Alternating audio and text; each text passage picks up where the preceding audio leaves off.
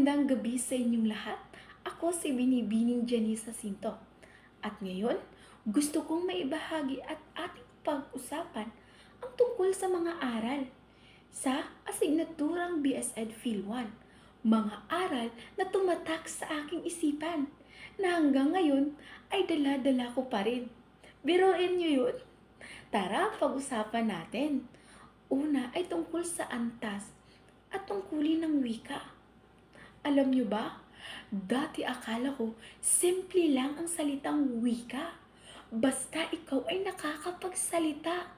Ngunit habang tinalakay ito sa klase, mas naiintindihan ko na may iba't ibang paraan ang pakikipag-usap.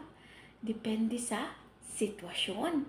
May formal, informal, at teknikal. At hindi lang basta-basta ang pagpili ng salita. Dahil mas nauunawaan ko na ang wika ay hindi lang ginagamit sa pakikipag-usap. Dahil dito na ibabahagi din natin ang ating damdamin at nakakabuo tayo ng ugnayan sa ating kapwa. At bilang guro sa hinaharap, tungkulin kong maipakita sa mga mag-aaral ang kahalagahan ng wika at maituro sa kanila ang paggamit ng wika na may respeto sa ating kapwa. Pangalawa, ang sitwasyong pangwika sa Pilipinas bago dumating ang 1935. Alam mo ba? Bago dumating ang wikang pambansa, ay mayaman na pala ang Pilipinas sa sari-saring wika.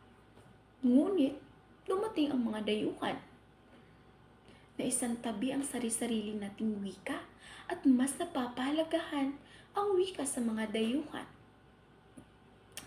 Nakakalungkot isipin, ngunit dahil rin dito mas napapahalagahan kong mabuti ang ating wikang Filipino at bilang guro sa hinaharap, tungkulin kong maipakita sa mga mag-aaral ang idea na ang wikang Filipino ay hindi lang asignatura.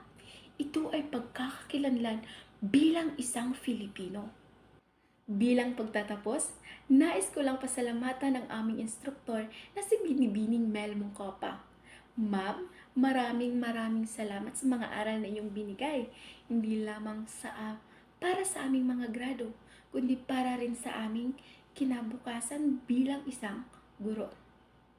Malaki po ang bahagi na inyong binigay sa amin sa paghubog ng sarili naming pananaw at sa pinili naming propesyon. Pangako po ng mga aral na ito ay dadalhin ko sa aking magiging silid-aralan. Maraming salamat po. Muli, ako si Binibining Janice Jacinto.